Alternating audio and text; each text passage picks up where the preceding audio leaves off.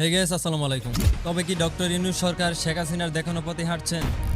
আওয়ামী লীগ সরকারের শাসন আমলে আমরা বহুবার দেখেছি দেশে কোনো দুর্ঘটনা ঘটলে সেই ঘটনার গুরুত্ব আড়াল করতে মিডিয়ার নায়ক নায়িকাদের নানা কেলেঙ্কারি নাটক সাজিয়ে সোশ্যাল মিডিয়া এবং মিডিয়াগুলোতে এমনভাবে প্রচারণা চালানো হতো যাতে জনগণের চোখ সেদিক থেকে সরে যায়।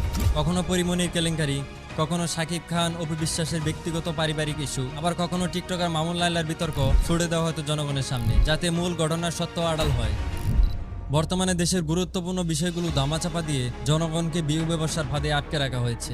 মিডিয়ার দায়িত্ব সত্য প্রকাশ করা এবং দেশের গুরুত্বপূর্ণ সংবাদ প্রচার করা, কিন্তু আজ তারা গুরুত্বপূর্ণ সংবাদ প্রচার না করে ভিউ এবং ট্রেন্ডিং এর পিছনে দৌড়াচ্ছে। গত 18 অক্টোবর আগুন লাগে হযরত শাহজালাল আন্তর্জাতিক বিমানবন্দরের কার্গো ভিলেজে। এই আগুন এতটাই ভয়াবহ ছিল যে ফায়ার সার্ভিসের 37টি ইউনিট 7 ঘন্টার চেষ্টা চালিয়ে আগুন নিয়ন্ত্রণে আনে। এই সময় ফ্লাইট ওঠানামা বন্ধ ছিল। হতাহতের ঘটনা না থাকলেও কার্গোতে থাকা আমদানি